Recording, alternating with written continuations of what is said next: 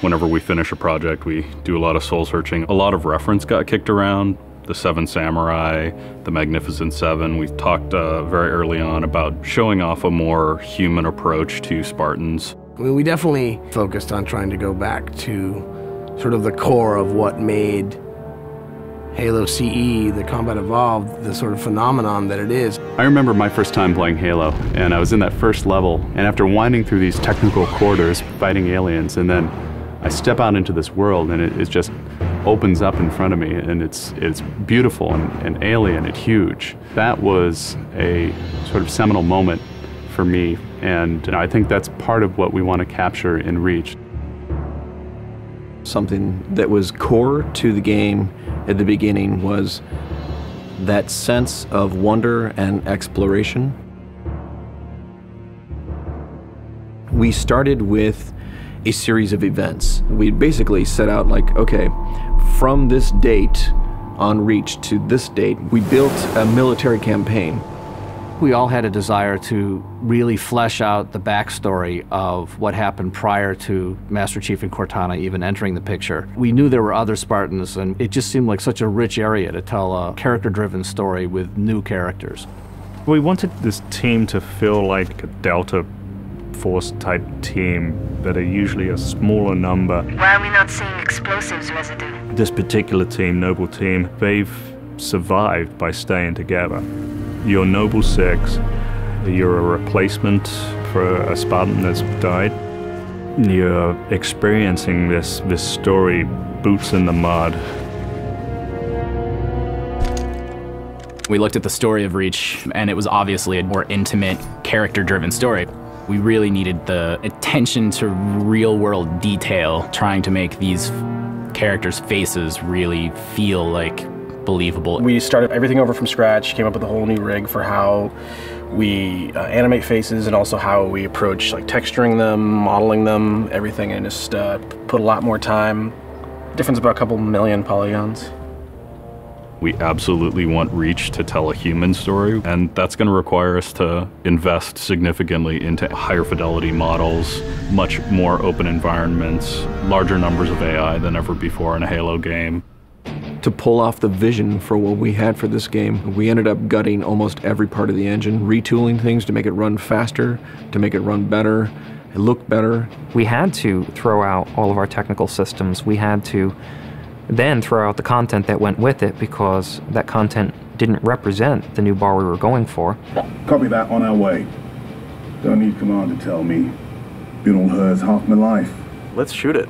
We've got a great team of guys, and they could take motion capture and they could make the poses way more dynamic, way more expressive. Those changes bring out the life, they bring out the style of our characters. We had probably 4 times the amount of polygons to play with this time around, which gave us a lot more freedom and creativity in what we wanted to achieve. When you look at total engineers that are actually putting code that are actually affecting this game, I mean, it's massive, 30+ guys, it's crazy. When you shoot a rock face, you'll see sparks, rock chips, dust. In Halo 3, we had a maximum of 100 colliding particles. In Halo Reach, we have thousands. We've got much more customizable Spartans than we've ever had in the past. The number of polygons we can draw at one time is skyrocketed. It's changed the way we build things up close as well as out far. This is where Noble Team arrives, and then you're going to work your way down, all the way down these terraces.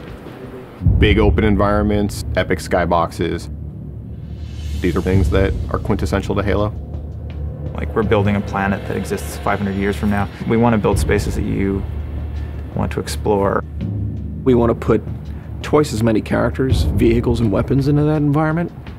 That's going to require massive improvements to the way we handle our artificial intelligence in the game. We now can put so many AI in an encounter that you can put 4 Spartans, the player, 8 Marines against 30-ish Covenant, and that's an actual serious challenge.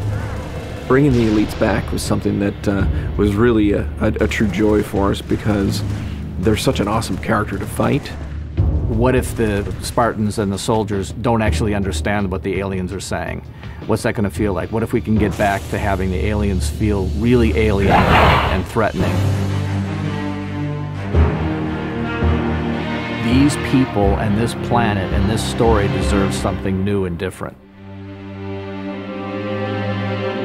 Just a different underlying sense of tragedy, heroism. We're rebuilding everything from the ground up.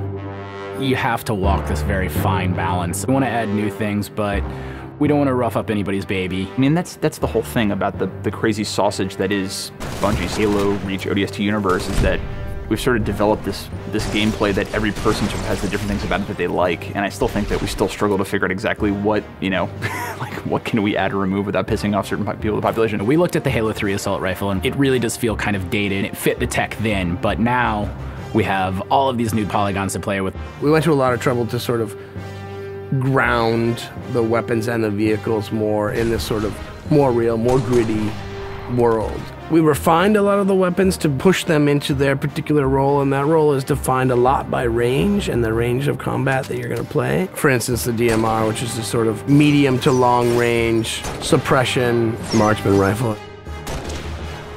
It's going to be a sandbox game. It's not going to be a carefully scripted game where every movement of the AI is controlled by a mission designer. It's much broader than that. It allows the player to deal with encounters in their own specific way. There's definitely going to be offhand grenade throwing. There's definitely going to be vehicles. There's definitely going to be a large number of weapons that are incredibly powerful, incredibly accurate, that allow the player to feel like a badass. Now, if you melee him in the back of the head, like you really mean it, you're holding down on the button, and you will launch into this more elaborate animation sequence. It's going to be a very different campaign experience for people overall. We're doing stuff in the campaign that people absolutely won't expect from a Halo game. Bigger battles. Brand new cast of characters. An incredibly ambitious game. Every neuron in my head is firing with just reach, reach, reach. We knew from the beginning what the end was going to be. This is the definitive Halo made by the people who created Halo.